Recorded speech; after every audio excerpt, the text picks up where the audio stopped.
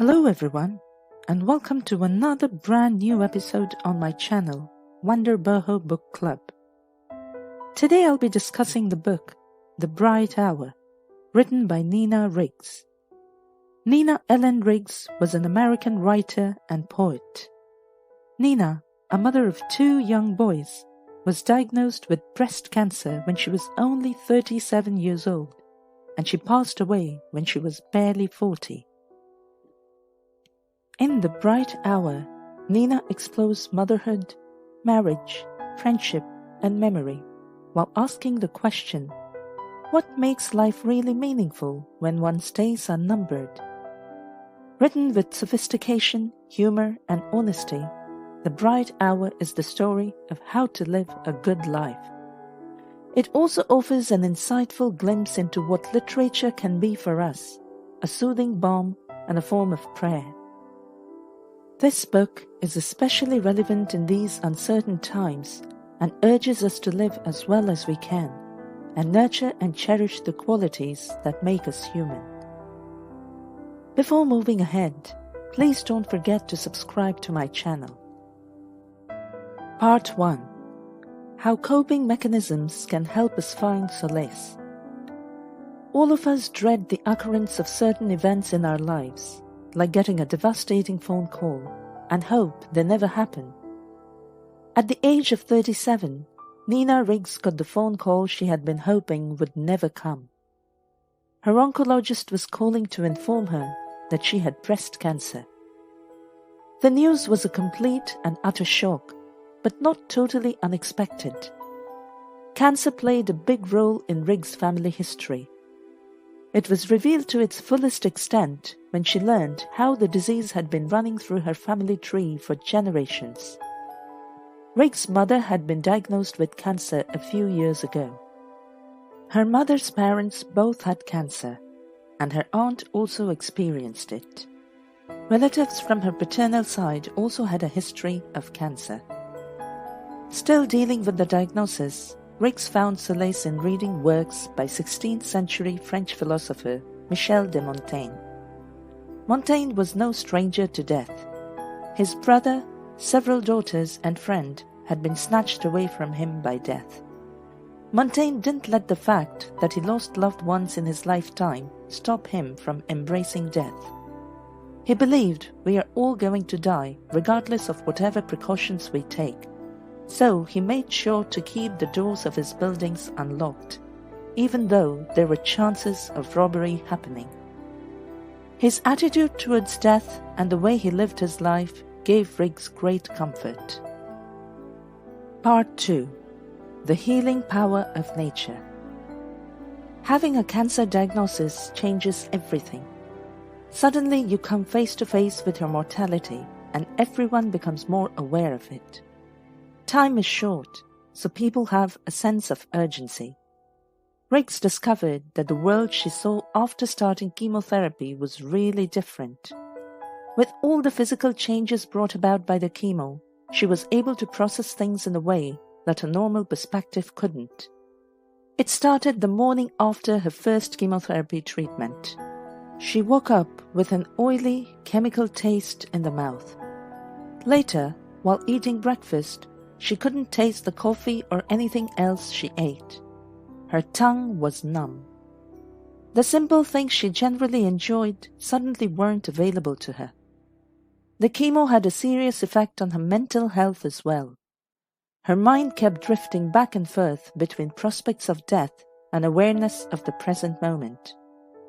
Having trouble coping with the side effects of chemo, Riggs sought refuge in nature.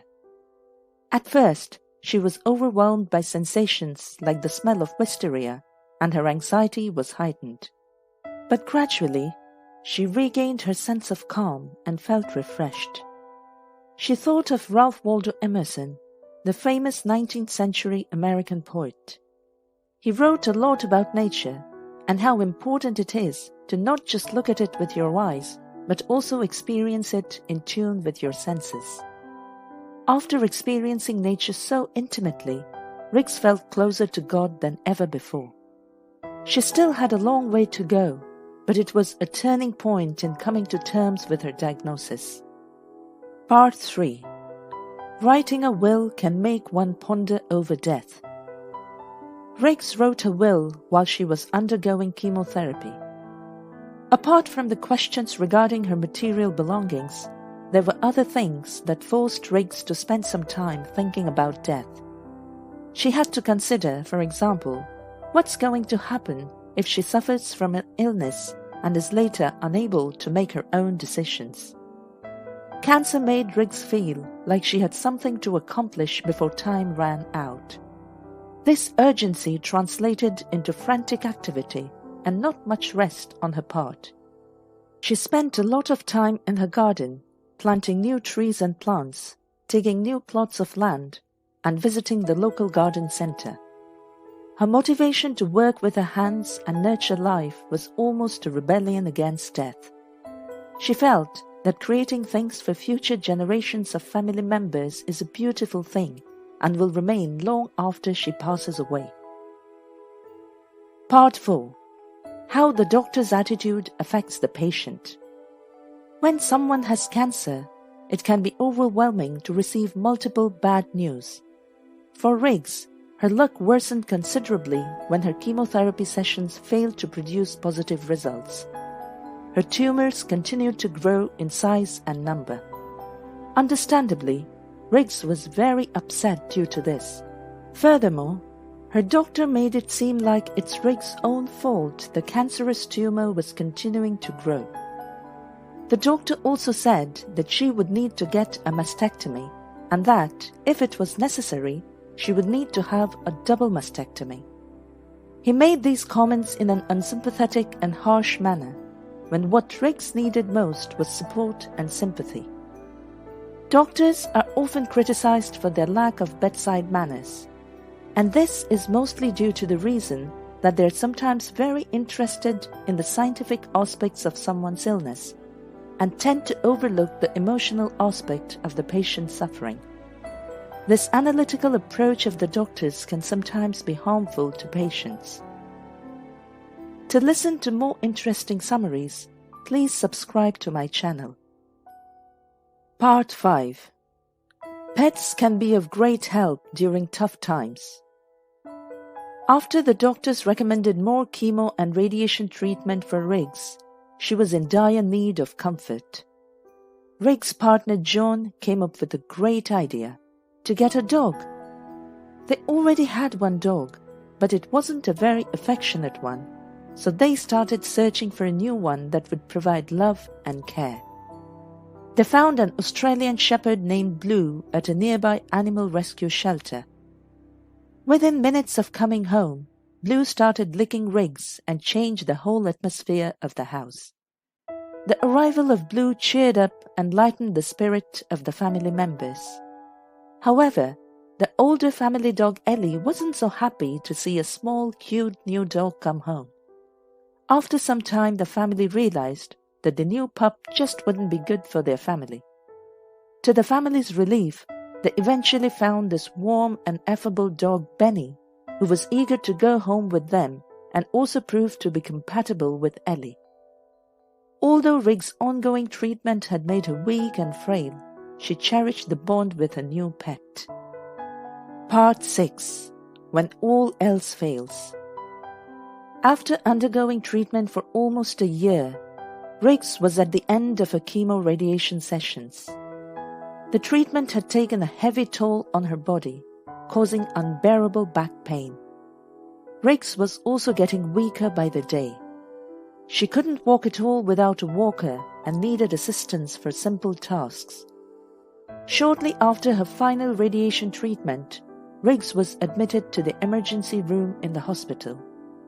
The doctor informed her that she had a spinal fracture caused by a tumor and that the cancer had spread from her breast to her spine. It was clear at this point that there was nothing more that could be done medically to save her life. Part 7. Making the most of the precious time left. In the summer of 2016, Riggs found out that her cancer had spread to her spine, and she knew it wouldn't be long until she died.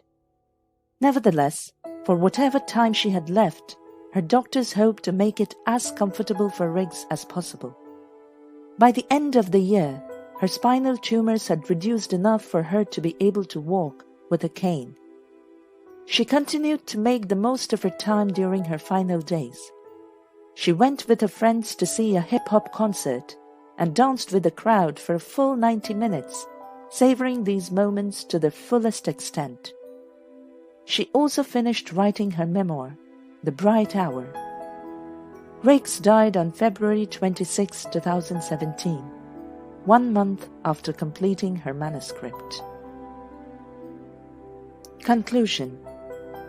It can be tough for anyone to cope with the aftermath of a cancer diagnosis. But this difficult time can also make us reassess what we are doing with our lives and put more meaning into it. It can allow us to make amends and get closer to those around us, as well as nature. Enjoying activities like reading, playing with one's pet, gardening, spending time with friends, etc., can infuse one's life with a sense of beauty, purpose, and calm, thereby enabling them to spend their remaining precious days with a sense of happiness and fulfillment. Thank you for watching this video. Please don't forget to subscribe. Your likes, comments, and shares are highly appreciated. See you soon in our next episode.